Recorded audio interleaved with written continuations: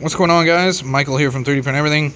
Been a little late on updating my videos, mostly because I'll get like halfway through a video and then I'll get phone calls and people walking through the door, and then I mean to finish the video and I haven't. Since it's been like 3-4 days since that's even happened, I'm not going to continue the video I had started. I'll do another one, but I wanted to show this off. So this will be a quick one just on this piece. This is not an original piece. This is the copy of the original, and it is 3D printed. So this was done through my partner Mark at the Ender Extender / Anova 3D.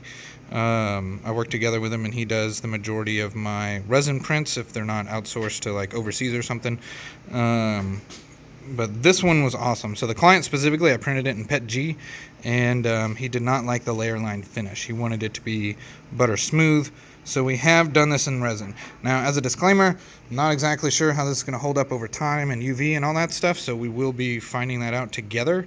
Maybe check in several months to 6 months or something to see if this ended up working out.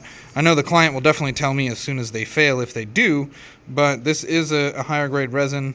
From my understanding, it's got some nice properties that should hopefully hold up to the heat and everything, and I think with the red coloring it's not going to have too much discoloring. But otherwise, the shape itself, the patterning, how the original one was casted, we were able to capture all of that, and this looks awesome.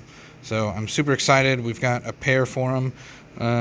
Quite literally the only thing you can barely see is some of the slight imperfections from polishing, which could just come, like I could probably get that out if I went at it with a buffing wheel. This was hand sanding to get it to this point, but the finish is awesome. I mean, when you look at it just straight on, you can see through it really nicely. It's only in the glare do you kind of get kind of that eggshell looking thing or whatever, but it's really good. Like, looking at this in person, people are not going to know it's not an original. So super excited about this. If this works out good, we've got more taillights to do and a bunch of other stuff.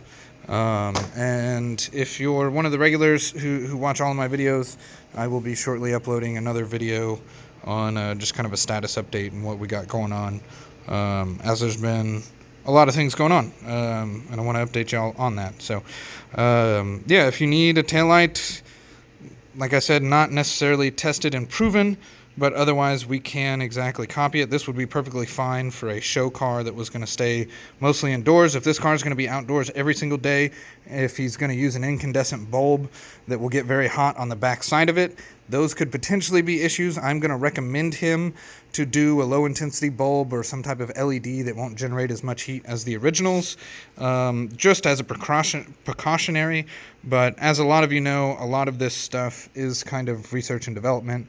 Replicating certain parts sometimes works, sometimes doesn't. So we will find out if this is mint or if we have any little issues with it and what those issues are. And if we have issues, I will definitely report back. So I'm not necessarily saying, hey, we can do every single taillight, bring it to us, it'll look like this. My plan on these was to do it in PETG, not capture the original patterns, and print those in FDM. Potentially could be polished to a point like this, potentially could do something, but I think on a setup like that, it'll be just fine if we have the layering effect and don't actually go for a original reproduction. These will be for cars that will care less about it being mint and 100% perfect, so that you can win, a Concords or whatever they call the higher end car shows for originality. But this one would definitely fool anyone who is judging a car. They wouldn't know that this wasn't an original part. So that's super exciting. This file is available online. It is for, because I didn't mention that, a 58 Ford panel truck. So it's kind of a unique truck. It's only that shape for that year, for that specific model. So there's not a ton of them out there, but the people who are restoring them will definitely want some of these. The file is available online. I believe I posted it for like $60 on Cults. So if you happen to run across this as a 58 Ford Lens reproduction and you're looking for one, you can either find the file there, send it to your own local 3D print shop, see if they can make it, or feel free to reach out to me, 3dprintseverything@gmail.com, or my phone number 817-723-0443, and I can get you a copy.